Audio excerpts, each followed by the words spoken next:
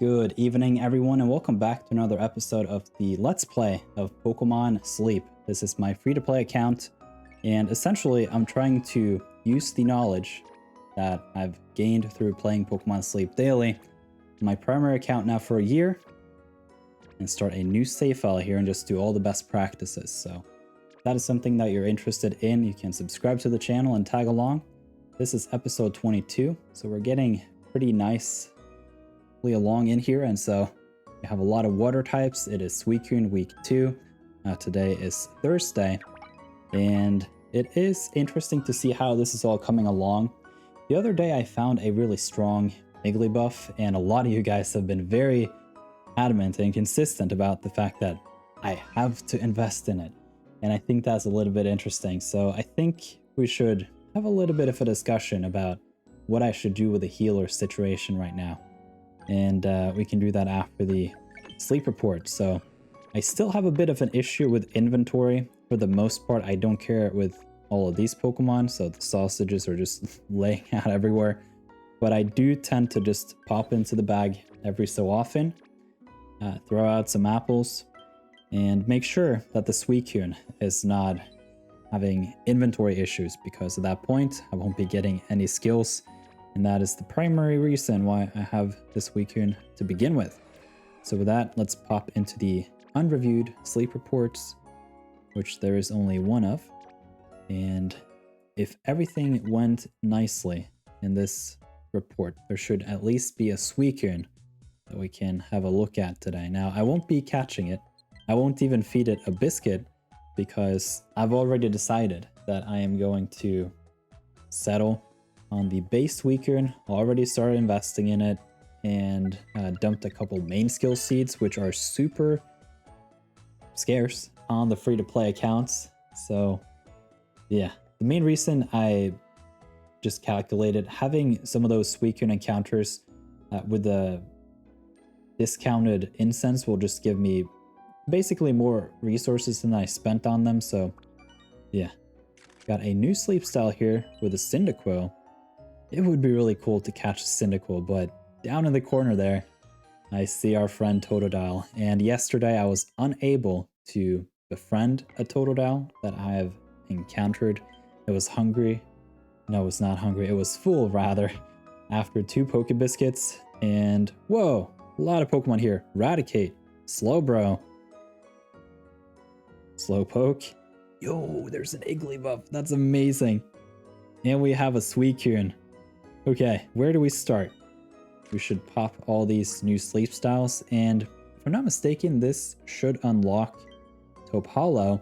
And not only that, I should be able to upgrade my cooking pot. So maybe instead of just binning my apples and sausages and whatever else I'm having inventory issues with, maybe I can just have bigger meals every time, and that could probably solve it. My main issue with the bag right now is the event bonus, where every time my water types drop an ingredient, they drop an extra one. And I'm just getting way more ingredients than I'm supposed to. And so starting next week, not only will I have a bigger cooking pot, I will also be getting less ingredients. And at that point, I don't think I will be running into this bag issue. So we'll just have to adjust as we go. But even if I increase the bag, it doesn't really help me get rid of the ingredients anyway. Maybe I can like carry them into Sunday, and then on the Sundays I can use them to cook with. But for the most part, you want the strength into the Snorlax as early on in the week to really have benefit of it throughout the week, like all the days. So just depends on the kind of strategy you're running. On my primary account, I do like to cook on the Sundays just because I can work on the recipe levels. Maybe I'm running some luck incense into the Monday to really double down on the dream shards and all that stuff. So yeah. You're kidding. Why? This makes no sense. And I feel pressured into catching it now. That is ridiculous. I've already spent 2 main skill seeds on a Suicune, and now it shows up hungry. Now, if I befriend it, then I have a chance of just getting to release it and have some candy too. So at least there's some sort of exchange here that could potentially be worthwhile, but that is stupid. That should have happened earlier because I spent a lot on that first Suicune and this was not even a friend incense or nothing. I don't even think this event has hungries. That is dumb, man. Okay, so I have a premium biscuit and I splurged a little bit here. I will be doing another Suicune encounter later in the week. And at that point, maybe I can do a... what should I do here? I think at the very least I should feed it the Great Biscuit because then I prime it. Then I am 9 points away from catching it. And so I can do one Suicune biscuit and a premium biscuit. And then, yeah. So that was stupid. I'm not happy about that. So the priority here is actually the Igglybuff. I do need a healer. And I have seen a decent chunk of Totodile. So we will talk a little bit about... yeah, I'm not done. I'm still interested in feeding this Igglybuff. So let's see if it's full. It's not. All right. Yes, I used the Great Biscuit on the Suicune, which was a little bit of a turn. I probably should reconsider if that was a bit of a... yeah, I don't even know what that is called. A quick gamble. I don't even need the Suicune. I've already started investing in the first one. So if this somehow shows up like stronger, I'm gonna be really upset because I wasted 2 main skills, but I doubt that. So yeah. I did catch the Igglybuff, which is the main target currently. I do have a strong Croconaw, so I'm not too worried about the Totodile, but yeah. Let's see if this Totodile is interested in more than 2 biscuits, which it was yesterday. It was just all full after those 2. One of you guys also commented on one of my previous videos. Oh, we got the crit. I don't care about it being that late. I saved a biscuit. Okay, one of you guys commented on a previous video this week that, wow, I have 100 biscuits as a free-to-play. I have been extremely stingy, and if you're actually curious to see how this save file has progressed over the past 3 weeks, I've actually documented more or less everything every day for these 3 weeks. I put out a new video every day, and on the channel homepage of the Nirth YouTube channel, you can watch it start to finish. It's called the Free to Play series. It's a playlist, and currently it has 22 videos in it. So it's just tips. So yeah, the main strategy there, which I explained in my response, not gonna hunt Cyndaquil yet. It could potentially be a good idea, but it won't matter until like months from now. So for now, I'm gonna skip the Cyndaquil, and then yeah. So one of my main strategies, I almost talked about it now with the ingredient bag, that I was saying that I don't really need to increase the ingredient bag, and the reason is I'm not really gonna focus a lot on cooking, and all the diamonds I get, I have to be very, like, I have to think about it.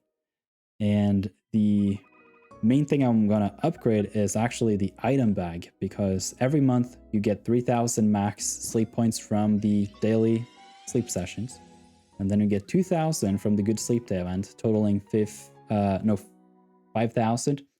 And then yeah, the Poke Biscuits are 150 in the regular exchange, so you can just buy 30 of them for 4,500 and have a 500 sleep point surplus every month. So that's the only thing I'm buying, and I'm always going to buy every biscuit I can get my hands on in the sleep exchange. Some of you guys like to hoard your points and then waste them on other items. If you're free to play, in my opinion, this is the way to go, and that's why I have 100 biscuits, because I'm only using them on a select few Pokemon: Totodile, Igglybuff, Spheal, and Chikorita, and that's it. And aside from that, I am only using the bonus biscuit if none of those show up. and I use the bonus biscuit on some other Pokemon, and then potentially on a rare circumstance I do use some Poke Biscuits, but I don't think I've done that too much yet. Now, modest nature is really bad. It is ingredient up, speed down, and on the Igglybuff we want the most skill related traits as possible, and speed down does not help. Research EXP bonus, inventory, skill trigger S again at level 50. I'm getting some deja vu from yesterday, except, or the other day when it was. But yeah, no skill level up M. I did want to talk briefly about the Wigglytuff, but before we do, I forgot. We also have a Totodile, and the friendship level here is level 8, which means we are 2 Totodile away from likely getting that berry, finding that first taste of that huge trait. So calm nature, I don't think that's too good on the berry specialist. Triple sausage doesn't really mean much. Got speed ingredient finder, skill trigger S, helping bonus nice, but yeah, there you go. The speed to help down nature, that is a big oof. And I'm gonna also name this one just a blank. I was taught this trick by Brovinnie. Love his videos. His channel is linked in the video description if you haven't checked his videos out yet. And I don't know why the game is asking me to sync. I have already synced earlier today. And yeah, we found some Pokemon. I do want to pop into the bag and talk a little bit about the Igglybuff. Let's see. But before we do, let's have a look at the bag. Because given the fact that I have 100 Poke Biscuits, I'm getting pretty close to the new cap, which is 200, because I bought 5 upgrades. I probably want to hold on to those dream clusters just because currently, from the event and everything, I have a lot of dream shards. I'm not in a rush to spend these, and they get exponentially more valuable as you increase your research rank, because this number, 510, is eventually going to be like 2,000, 3,000, depending on your rank. And the Dream Cluster M is like 12, 13,000 at around current max rank. So yeah. Yeah, here you can see my fat stack of Poke Biscuits, and hopefully this is just going to hover around 100, maybe climb to 200, something like this, because I won't be able to find enough of the Pokemon that I'm hunting, I think, to really deplete this a lot. But could also be the case that I'm just super lucky with my slumbering nap sessions coming up in the next few weeks at Cyan Beach, where maybe I'll deplete it down to 20 biscuits and cry for another month to roll around. But we'll see. Either way, the biscuit drought here in the free-to-play is coming, and therefore I should not splurge. So I specifically have to hunt a good healer, good Totodiles, and put as many resources into this Suicune as possible, because I do think it is a strong Pokemon that can really help us get far in this game. We had a weekly mission here, 2 rare handy candy. I was about to say rare candy. And then we have 3 more incenses for another mission accomplishment. So I think at that point we should be getting that next Suicune incense already. But the question is, should I use it? I can actually. I do have enough for a Suicune biscuit, so I guess tomorrow we will be getting a Suicune, which is pretty nice. Suicune 2. I did not anticipate that, but the math just worked out that way, and it would be really, really funny if it turns out to be like leagues ahead of this Suicune, because I already dumped 2 seeds into it. But yeah. Can't always make the best choices, now can we? So, Suicune here is getting super close to level 25, and overall it would be really nice if I could get it to level 25 by the end of this week, so that we can just have a very smooth transition into the non-event weeks, because then I can unlock skill level up S, I can dump 2 more seeds into this and get it to skill level 6. And this Croconaw is getting close to level 19. Croconaw actually evolves very early. It is at level 23, but I'm thinking to just keep this Croconaw as a Croconaw now that I'm starting to stack up hours on it. And then whenever I find my first viable berry finding Totodile, I'll stop dumping candies into this one and just let it get that daily experience with a Sleepy XP bonus. And then dump all the candies into that new berry finding Totodile. And then actually I will continue to hunt Totodiles and then potentially find a really, really strong Feraligatr. So I have like a 3 or 4 step kind of deal. So yeah, that's the overall plan there. Now, in terms of a healer, the way that main skills work is you really want the main skill to be as high as possible. Overall, the level of a Pokemon does not matter as much because the influence of a level on the speed is relatively small. And for a skill specialist, the biggest difference between a low level Pokemon and a high level Pokemon is going to be, can it evolve? And how many sub skills have you unlocked? So this is the Igglybuff that I got the other day that is pretty exciting. Like, this is by no means a bad Igglybuff, particularly not as a free to play. The only thing I'm thinking is I will have to use a sub skill seed on this one. And we can bring up Wigglytuff in the widget here. I will have to use a sub skill seed at level 50 to have any skill related effects on the base rate of 4%. Now, 4% is not particularly high, but even though it is skill level up I think potentially we can do better. And yeah, the other thing too is, let's say I hunt another 18 Igglybuff, and one of them happened to be having a lot of speed related things in addition to berry finding.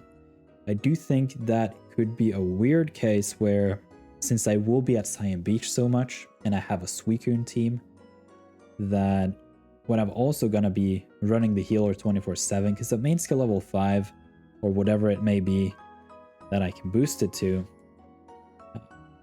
probably won't have sufficient seeds to where I can like switch it out throughout the day or something like this. So what I'm trying to get at here is, although this is good, I think there is decent chance within the next 18 encounters that I'll find a potentially better Wigglytuff. And overall, the healer on your team is among the most important Pokemon.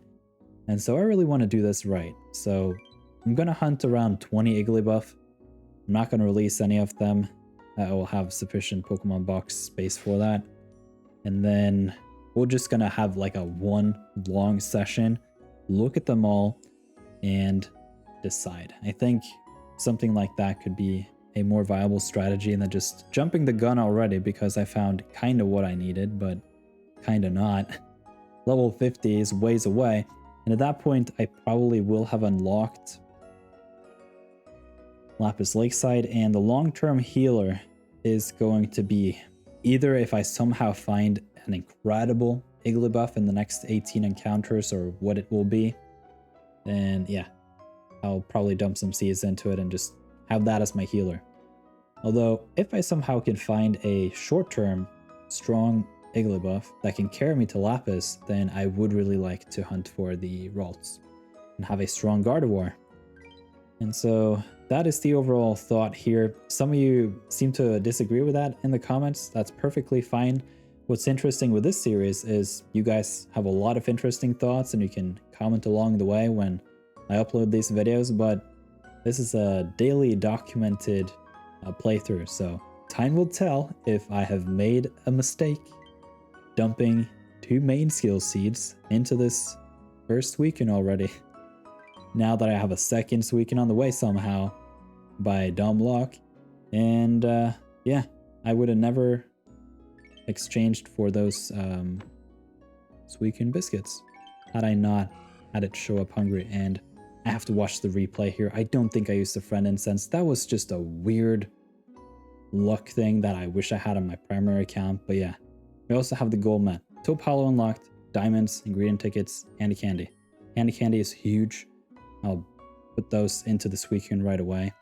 And the other thing I wanted to say is a lot of you guys are friends with me here from the nirtheart Discord.